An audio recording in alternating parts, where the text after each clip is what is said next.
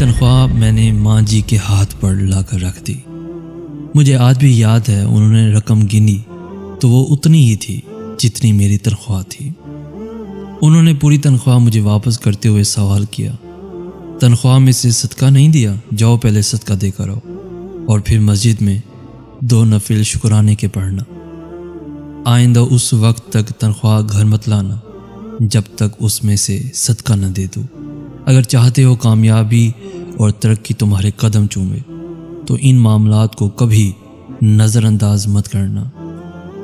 माँ जी ने ना तो किसी गैर मुल्की यूनिवर्सिटी से कोई डिग्री ली और ना ही कभी किसी बड़े इंग्लिश दानिश्वर को पढ़ा, लेकिन उस एक लम्हे में कामयाबी का जो सबक सिखाया वो उन दानिश्वरों की कई किताबों से भारी साबित हुआ। शायद मेरी कामयाबी का राज उसी एक सबक में पोशीदा है।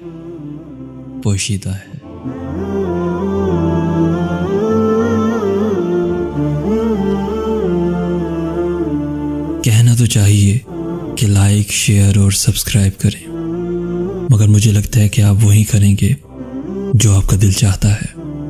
तो अल्लाह हाफिज़।